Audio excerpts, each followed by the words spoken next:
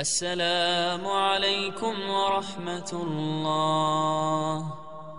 Assalamualaikum warahmatullah.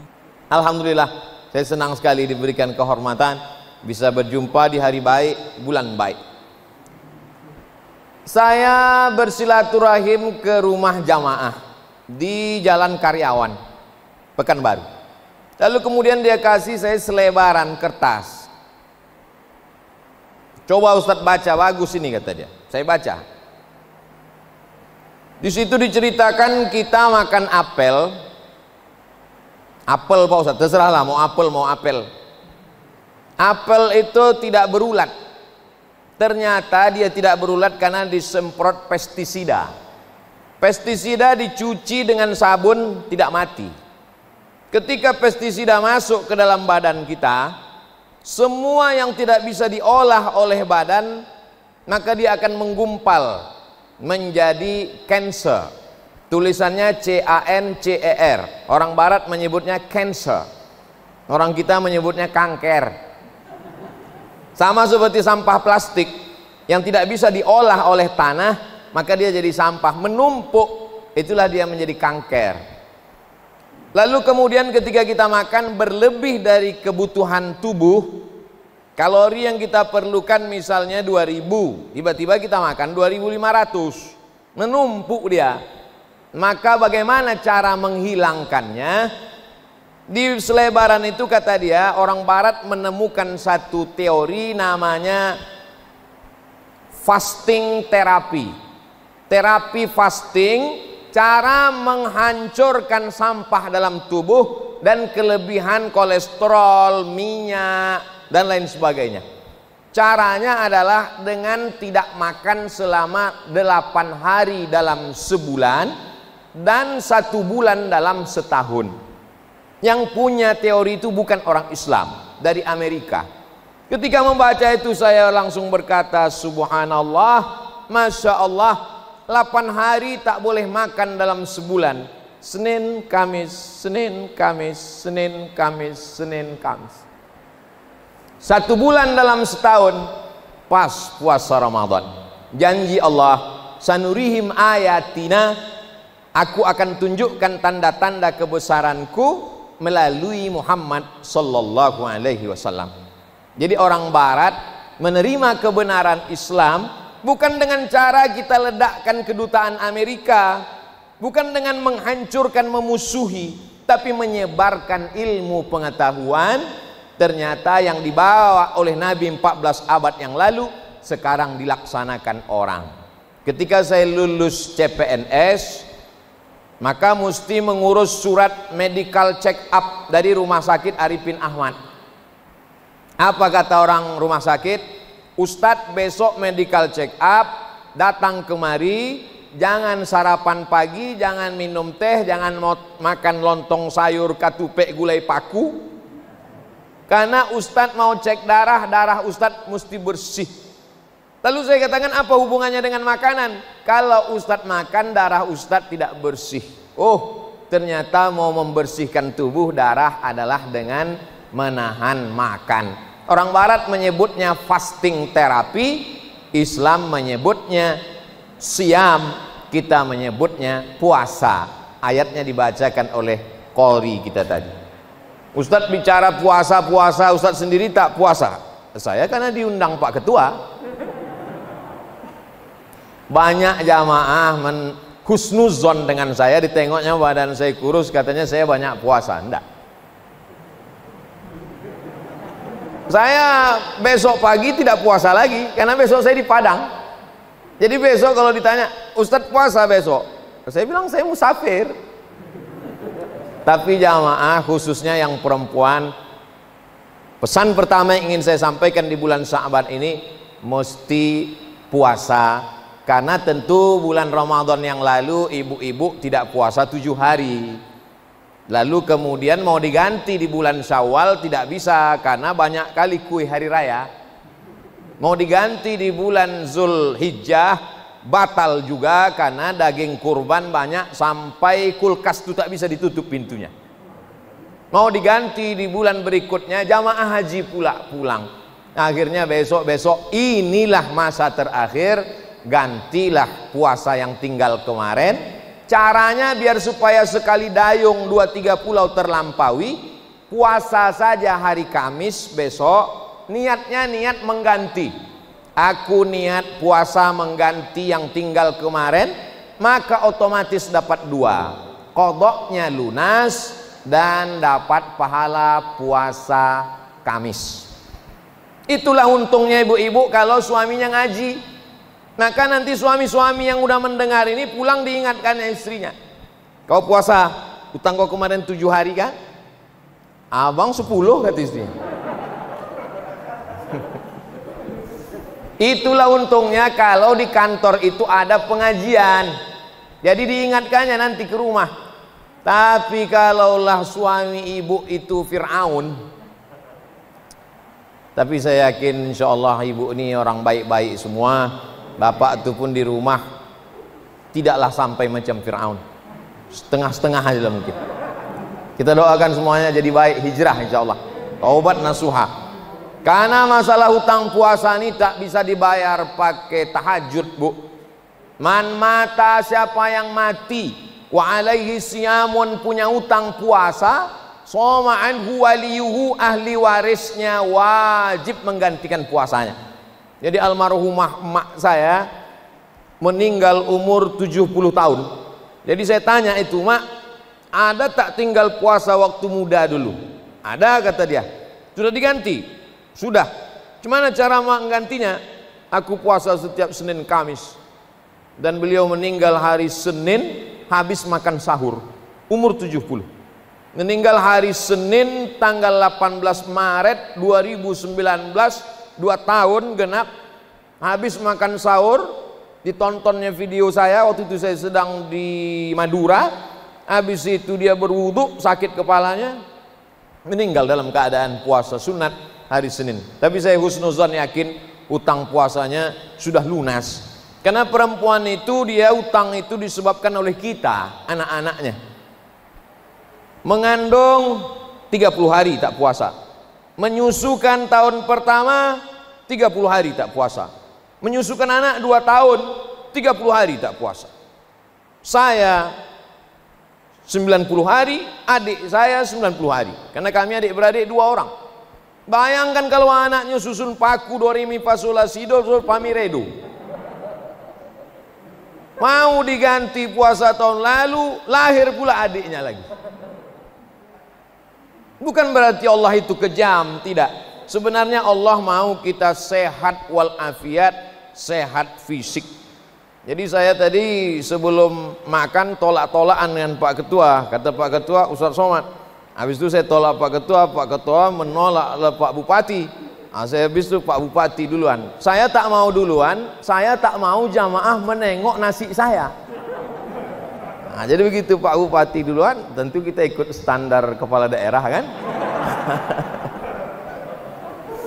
Alhamdulillah banyak jamaah kalau saya duluan ngambil nasi, dia ambil sedikit. Karena dia tengok Ustaz ambil sedikit, dia tak tahu saya makan bukan sedikit, sedikit makan. Kadang satu hari itu kadang sampai 5 acara, macam-macam, dari mulai lontong lalu kemudian macam-macam.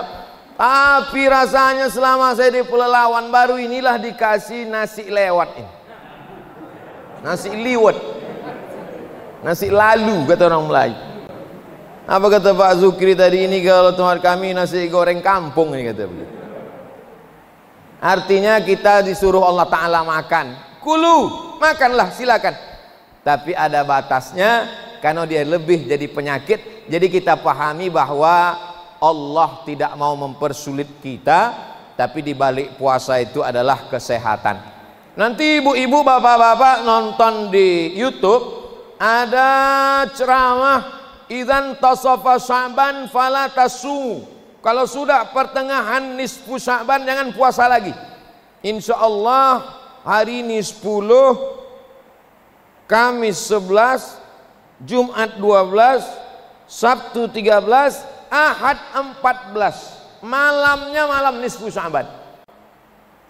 Jadi ada kesempatan untuk mengganti puasa ini beberapa hari lagi.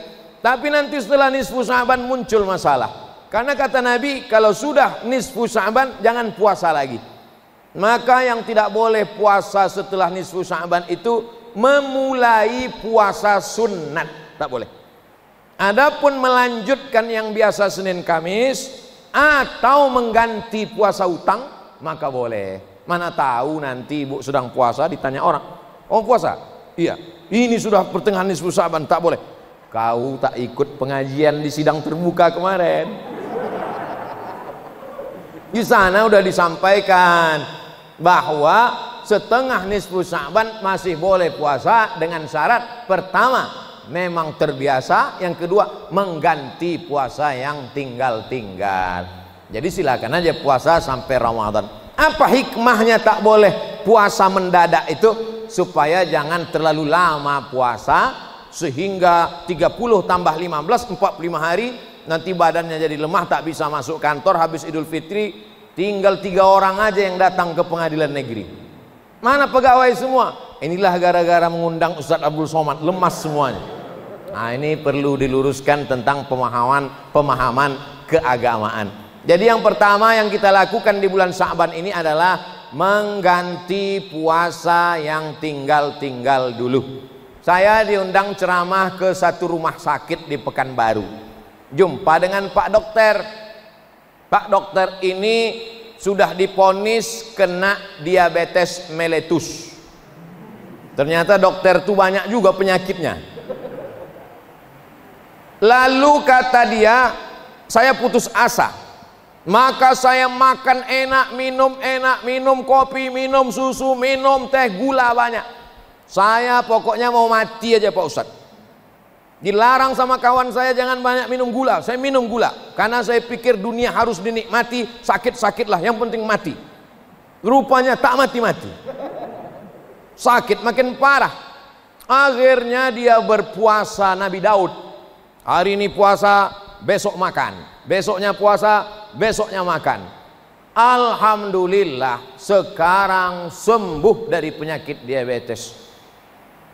Nama dan nomor bisa kita hubungi nanti. Jadi puasa jangan jadikan beban, puasa terapi. Tapi jangan gara-gara puasa ini kesehatan lalu niat puasa kita berubah. Nama itu somawadin untuk obat diabetes. Niatnya tetap lillahi ta'ala. Adapun diabetes, kolesterol itu adalah bonus dari Allah subhanahu wa ta'ala.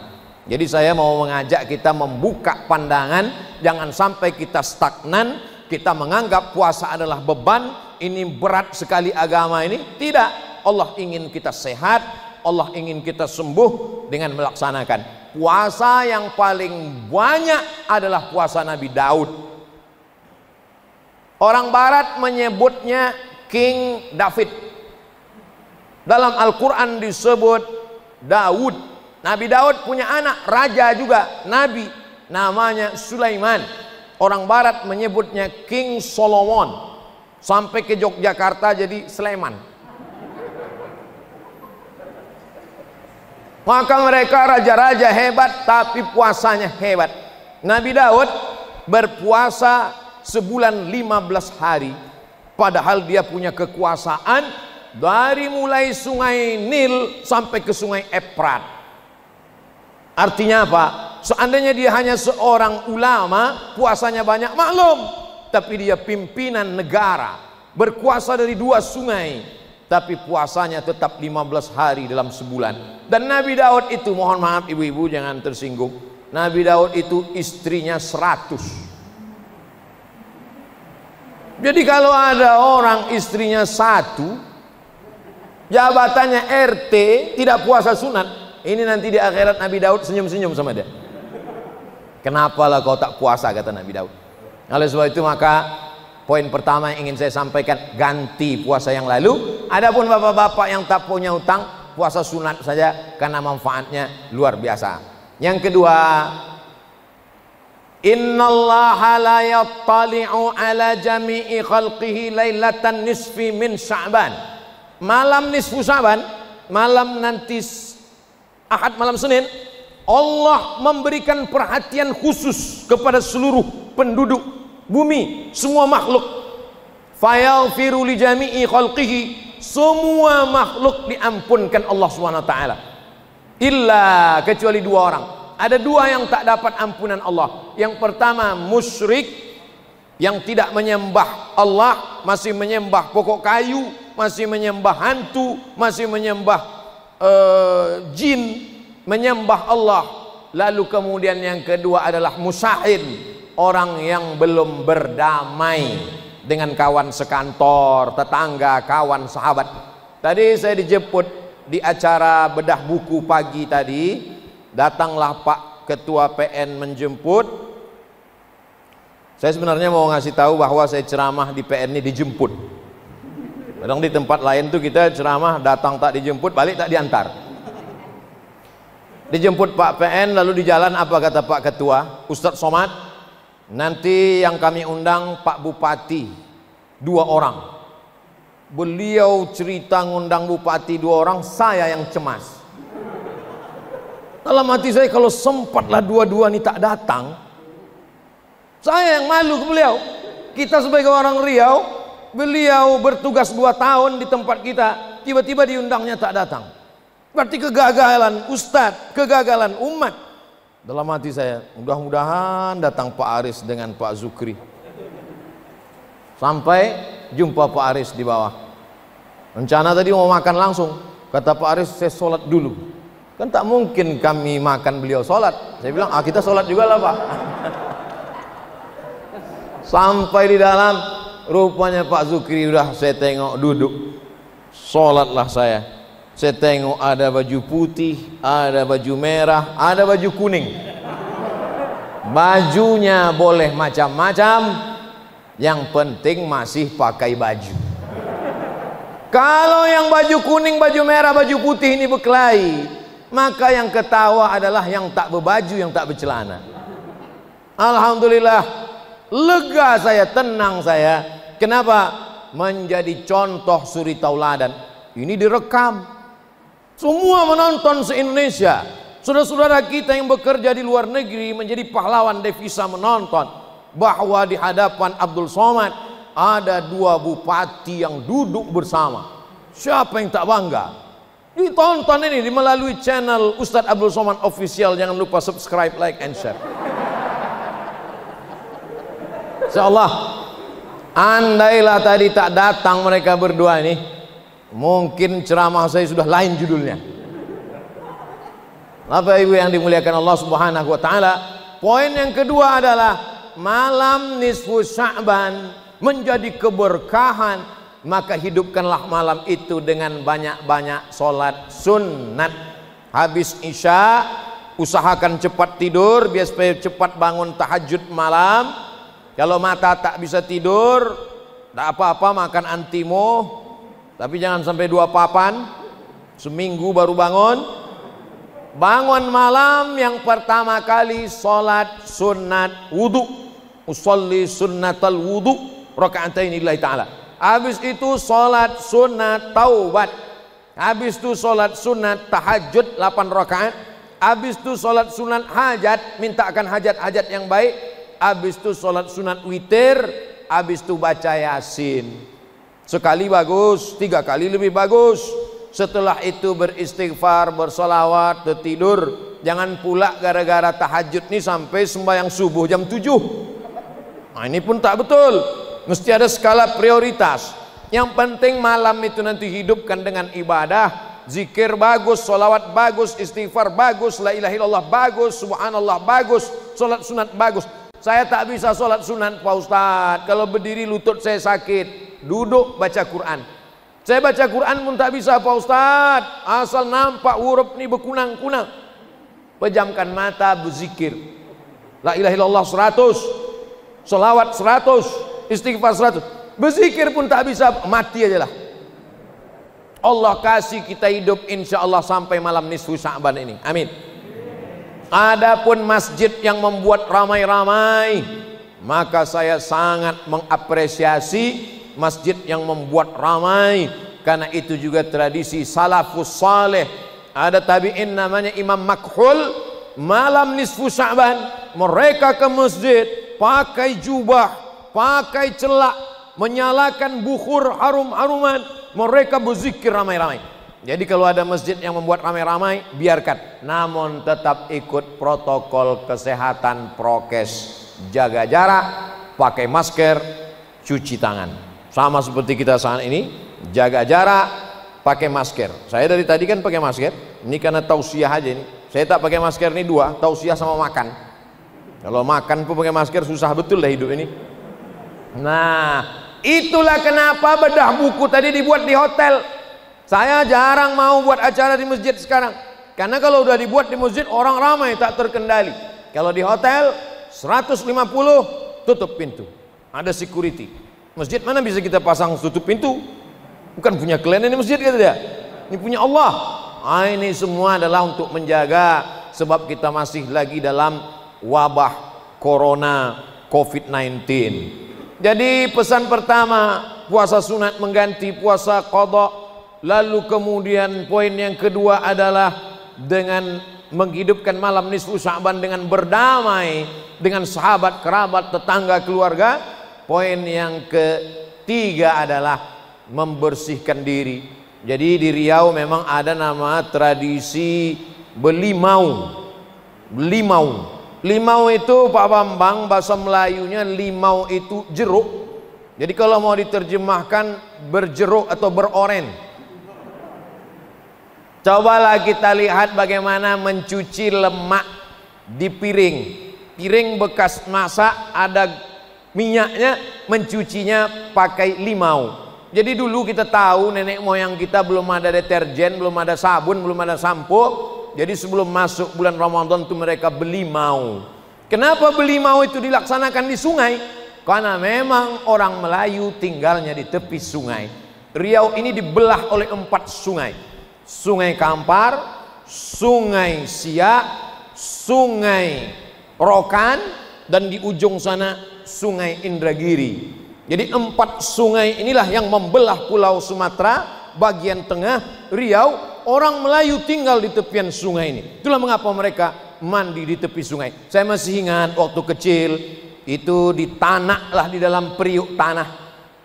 Limau segala limau, jeruk segala jeruk, dengan pinang dengan mayang-mayang pinang, lalu kemudian daun-daun harum-harum, lalu digosokkan ke badan. Lama saya baru paham kenapa mereka mandi pakai limau setelah iklan di televisi.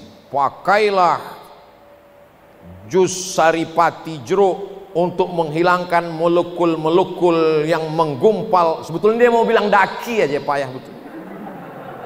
Yang menggumpal di permukaan kulit Anda. Mau bilang daki aja segan betul. Jadi sebetulnya itu kebersihan fisik. Di kampung-kampung masih ada tradisi seminggu belum Ramadan bersih-bersih. Dan nanti saya ke Langgam insya Allah tanggal 5 pagi itu ziarah. Jadi ada tradisi di Langgam ziarah kubur ramai-ramai. Jadi sebetulnya kalau saya tangkap filosofinya adalah bersih badan dengan mandi belimau, bersih ziarah kubur dengan mengenang orang mati, supaya karena tujuan dari ziarah kubur itu 3: melembutkan hati, mengingat mati, melelehkan air mata. Lalu kemudian pula dengan berziarah itu bertemu, oh rupanya kamu cucu si Anu ya, iya, tinggal di mana? Di sana. Bertemu pada ziarah kubur itu. Jadi kita ambil positif-positifnya.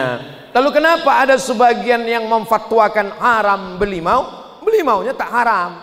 Yang haram itu baduo diateban. Baduo diateban tuh Pak Bambang bonceng-boncengannya.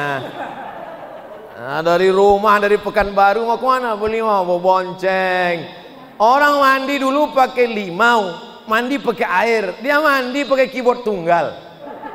Itunya sebetulnya yang apalagi pada wabah corona covid ini, memang ini kalau bisa dihindarkan lah. Tapi tradisi saya cuma mau menjelaskan bahwa orang Melayu, tapi kami kan orang Jawa Pak Ustadz, kami kan orang Karo Pak Ustadz, kami kan orang Mandailing Pak Ustadz. Di mana bumi dipijak, Di situ langit dijunjung. Kalau kita sudah tinggal di sini, maka kita menjadi semuanya adalah orang-orang yang memakai adat istiadat ini. Jadi pepatah yang asli itu aslinya. Di mana bumi dipijak, di situ langit dijunjung. Sekarang sudah berubah. Di mana bumi dipijak, di situ awak berkodak. Bapak Ibu yang dimuliakan Allah Subhanahu wa taala.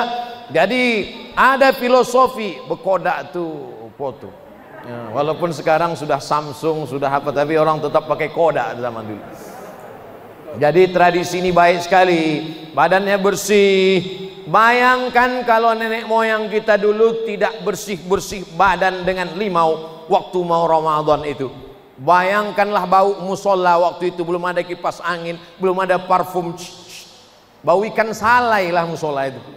Nah, jadi dengan belimau itu bersih, hatinya sudah bersih, sudah plong beribadah. Ini poin yang ketiga. Poin yang keempat, mari kita siapkan betul persiapan-persiapan Ramadan. Saya tahu bapak-bapak memang bekerjanya di kantor pengadilan, tapi ada yang jadi pengurus masjid. Maka imamnya siapkan. Tak dapat 30 juz 30. Kemudian Bilalnya siapkan. Minta ke Pak Ketua MUI teks Subhanal Malikil Ma'bud, Subhanal Malikil Mawjud. Jadi jelas apa yang dia baca. Sekarang masih ingat saya beberapa tahun yang lalu, tak jelas entah apa yang dibaca Bilal itu. Allah Ma'bud, Allah Ma'bud. Imamnya lambat, makmumnya cabut. Jelas ya selawat. Allahumma salli ala Sayyidina Muhammad. Allahumma salli wa sallim wa barik alaih. Nah, itu ada teksnya. Minta ke Pak Ketua MUI, disebar ke kecamatan, dilaminating. Karena kadang tak dilaminating, kertas aja disebar. Malam ini dilipat, malam kedua dilipat, malam keempat dilipat, malam kelima tulisannya hilang, tinggal lipatannya aja lagi. Nah, ini semua nampaknya sepele, remeh-temeh, tapi ini penting. Belanja banyak-banyak, beli beras. Untuk apa kita banyak-banyak masak bulan Ramadan? Ramadan kan bulan untuk bagaimana kita menjaga makan supaya dikit, Pak Ustadz. Kalau masak kolak, istri, suami, anak, keponakan, masaklah 10 porsi.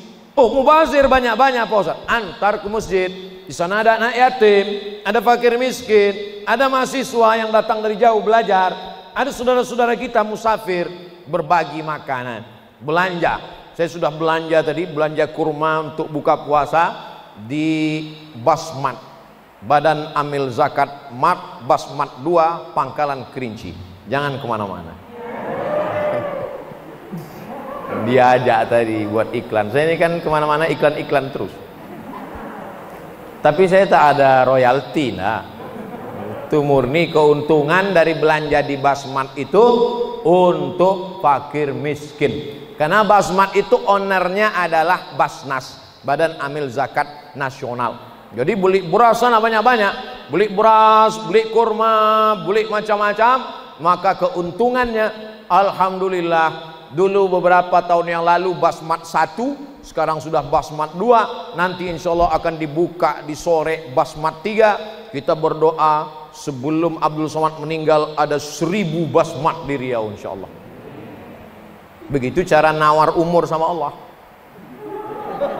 Jadi pas kita mau mati ditanya malaikat, ya Allah ini dia kita matikan sekarang, Basmat udah berapa sekarang? Baru 800, kita genapkan 1000.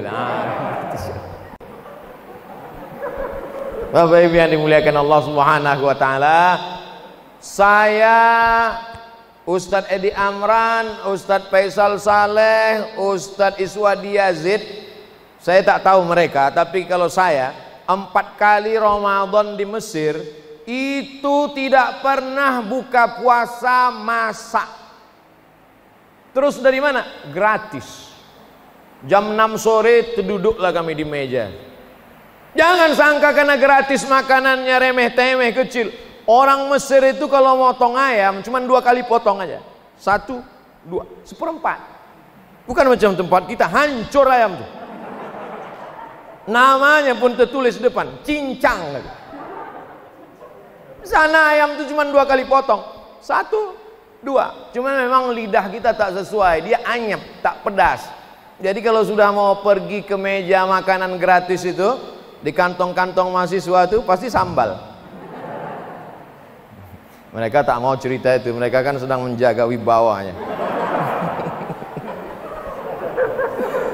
Apa yang dimuliakan Allah. Jadi kerinduan kami di Mesir itu sekarang kami balaskan. Tahun ini kita mesti buat seperti di Mesir. Insya Allah di Pekanbaru kami buat namanya Maidatur Rahman.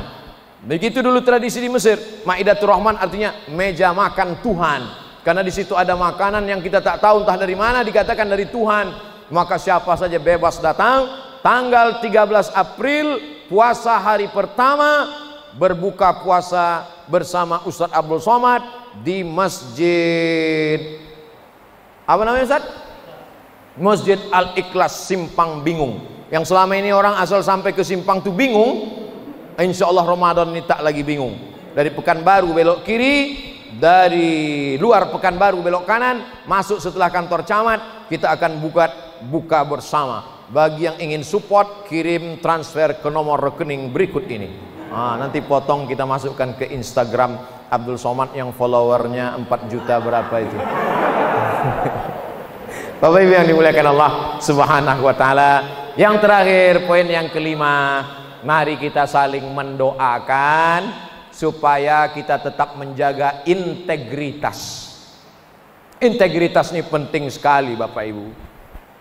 Saya datang ke pengadilan negeri itu ngeri-ngeri sedap juga itu, karena nanti bisa jadi orang menulis Abdul Somad disidangkan di pengadilan negeri. Tapi insya Allah sampai hari ini saya tidak mengatakan saya malaikat, tapi saya juga tidak mengatakan saya setan. Kita ini antara dua, antara malaikat dan setan. Kalau ada temanmu baik terus, berarti dia malaikat. Kalau ada dia jahat terus, kita ini selalu mendapatkan bisikan-bisikan. Lalu dengan puasa kita sedang self control diri sendiri. Kalau takut dikontrol atasan akan keluar kota. Takut dikontrol CCTV, kabelnya digigit tikus. Maka kontrol yang paling hebat adalah kontrol Tuhan, Allah Subhanahu wa taala. Maka ketika kita sedang haus-hausnya jam 2 siang, masuk ke toilet musola PN Pengadilan Negeri Pelalawan, tutup pintu, kunci, tidak akan ada yang tahu kalau kita minum. Jangankan satu teguk, satu bak itu kita minum, tak ada yang tahu. Masukkan kepala ke dalam, telan agak setengah bak, pas mau keluar keringkan bibir, merengkan kepala. Udah itu agak-agak lemas sedikit, panas betul hari ini ya. Tak ada yang tahu. Tapi hati kecil kita berkata bahwa kau sedang berdusta, kau sedang bohong. Makanya orang kalau sedang puasa, kalau ada orang yang nelpon dia ngajak cerita, gimana kabarnya si Anu gini, jangan cerita aib orang lain. Saya sedang puasa. Nanti habis maghrib kita lanjutkan. Ini yang jadi masalah. Integritas kita hanya sampai azan maghrib. Integritas kita hanya di Ramadan. Kita mau integritas berkekalan, itu yang disebut dengan istiqomah. Mudah-mudahan kita saling mendoakan. Abdul Somad juga tak ada jaminan, maka doakan Abdul Somad supaya istiqomah dan mati husnul khatimah. Saya awali tadi jam 1.15, sekarang jam 2.45 menit kita bersama. Semoga kebersamaan 45 menit ini menjadi catatan amal soleh insyaallah. Amin ya rabbal alamin. Ala hadhihi niyyah al-Fatihah. A'udzu billahi minasy syaithanir rajim. Bismillahirrahmanirrahim. Alhamdulillahi rabbil alamin. Ar-Rahmanir Rahim. Maliki yaumiddin. Iyyaka na'budu wa iyyaka nasta'in. Ihdinas siratal mustaqim. Siratal ladzina an'amta 'alaihim ghairil maghdubi 'alaihim waladdallin. Amin. Rabbana ighfir lana dzunubana, ampunkan dosa kami, wali abaina ayah kami, wali ummahatina ibu kami, wali dzurriyyatina anak cucu keturunan kami, wali ikhwanina saudara-saudara kami, wali ashabina sahabat-sahabat kami, teman-teman kami, wali masyayikhina guru-guru kami, wali zu'ama'ina, pemimpin-pemimpin kami ya Allah. Wafiqna lima tuhibbuhu wa tardah, tanamkan ridhamu dalam hati kami supaya kami beramal dengan cintamu dan hanya mengharapkan ridhamu. Allahumma khtim lana bi husnil khatimah, tutup umur kami dengan husnul khatimah. Allahumma ja'al hadzal balada baladan amina, jadikan negara kesatuan Republik Indonesia negeri yang aman, damai, terbuka pintu rezeki dari segala penjuru. Allahumma dafa'anal ghala wal waba wal fahsya wal riba wal zina wal munkar. Selamatkan negeri ini, bil khusus Kabupaten Pelalawan, dari malapetaka, bencana, musibah, riba, zina, perbuatan keji dan mungkar. Allahumma ja'al abna'ana, jadikan anak-anak kami minas solihin was solihat, menjadi anak-anak yang soleh, berbakti kepada orang tua, min muqimis salah, orang yang menegakkan salat, min hufazil Quran, menjadi penghafal Quran. Allahumma ja'al akhir kalamina, jadikan akhir kalam kami ketika malaikat maut mencabut nyawa kami, yang terakhir keluar la ilaha illallah Muhammadur Rasulullah sallallahu alaihi wasallam. Rabbana atina fid dunya hasanah wa fil akhirati hasanah wa qina adzabannar. Wa sallallahu ala sayidina Muhammad wa ala alihi wa sahbihi wasallam. Walhamdulillahi rabbil alamin. Saya ucapkan melaksanakan selamat menunaikan ibadah suci Ramadan. Terima kasih segala perhatian. Mohon maaf segala kesilapan dan kekhilafan. Wassalamualaikum warahmatullahi wabarakatuh.